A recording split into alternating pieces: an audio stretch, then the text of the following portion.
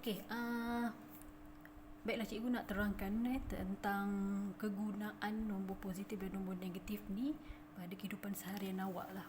Okey, kalau sebenarnya dia bergantung pada situasi awak kena tahu situasi tu macam mana. Okey, dalam buku teks yang cikgu kongsikan pada awak sebenarnya, okey, dia pada muka surat yang ni Okey, awak cari pada muka surat yang ini Okey, ni nampak ni. Contoh-contoh dekat sini, ada yang menunjukkan dia menggunakan nombor positif. Situasi yang menggunakan nombor positif, dan ada juga situasi yang menggunakan nombor negatif. Okey, kalau awak tengok dekat sini okey, awak kena tahu keyword dia sebenarnya. Okey, keyword. Okey, awak tengok lift naik 2 tingkat. Okey. Apa keyword kat situ?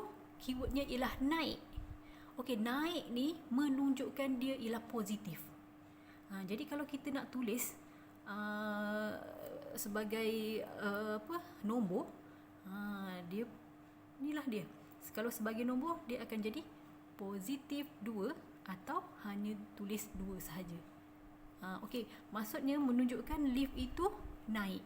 Positif ni menunjukkan lift itu naik sebenarnya. Okey, kalau untuk yang negatif pula, dia punya keywordnya ialah turun. Okey, jadi kalau kat sini tulis lift turun 1 tingkat, ditulis sebagai negatif 1. Jadi negatif itu merujuk pada lift itu turun.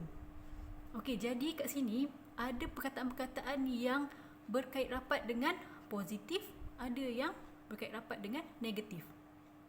Okey, ini contoh lift Ini contoh lift. Okey. Kalau macam suhu. Suhu, awak pernah tak dengar suhu sampai negatif 10 lah. Ini kalau bukan kat Malaysia lah. Dekat Malaysia tak ada sampai suhu negatif Tapi kalau dekat luar negara sana, kat New Zealand ataupun dekat kutub utara, kutub selatan, okey, salji sahaja. Okey, sebenarnya apa maksud negatif kat situ?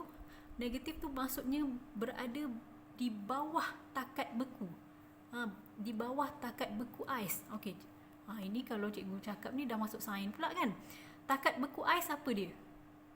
Kalau awak tak ingat, awak tengok balik dalam buku sains Okey, takat beku sains ialah 0 darjah Celsius.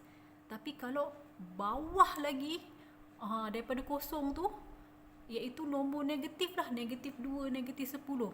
Yang itu menunjukkan terlalu sejuk. Okey, terlalu sejuk. Jadi suhu pun kita boleh tengok mana positif, mana negatif. Kalau negatif tu terlalu sejuk. Okey, kalau positif pula, suhu dia meningkat semakin panas. Kalau dia negatif menunjukkan dia semakin sejuk. Kalau dia positif, dia akan menjadi semakin panas. Yang ini pula, ni contoh dia, suhu di gurun ialah 45 darjah. 45 darjah. Kalau suhu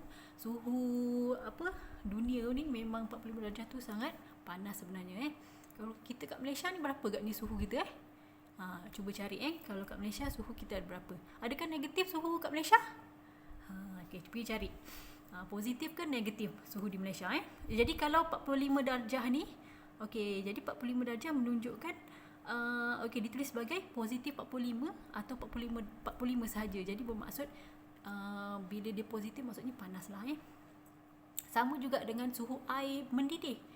Kalau air mendidih 100 darjah Celsius. Jadi 100 darjah Celsius tu air kan panas kan. Kalau air mendidih panas kan. Jadi dia 100 darjah Celsius tu menunjukkan dia panas lah Okey.